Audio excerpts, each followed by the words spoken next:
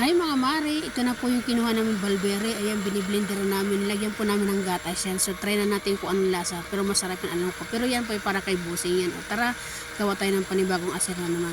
So, natapos na isa, gawa tayo ng panibago. Ito naman ay juice. Yan, orange po yan na ini-squeeze ko. At isasama ko po doon sa mga inano ko din na juice na isa pa. Yung ano bang tawag sa ganitong juicer, yung ginaganyan po siya para po matanggal yung katas niya. So yan po ay ano po yan yung kulay pula ng gulay, root beef ang tawag diyan, pero sa Arabic po ay banjar. Hello. Sabi gan hello. At saka carrots po. Carrots, apple at saka po orange ang pinagsasama-sama ko po. Ayan po ay napakaganda po sa ating health ng katawan kasi gusto po yan ni bossing ko, lalo na po yung amo kong lalaki.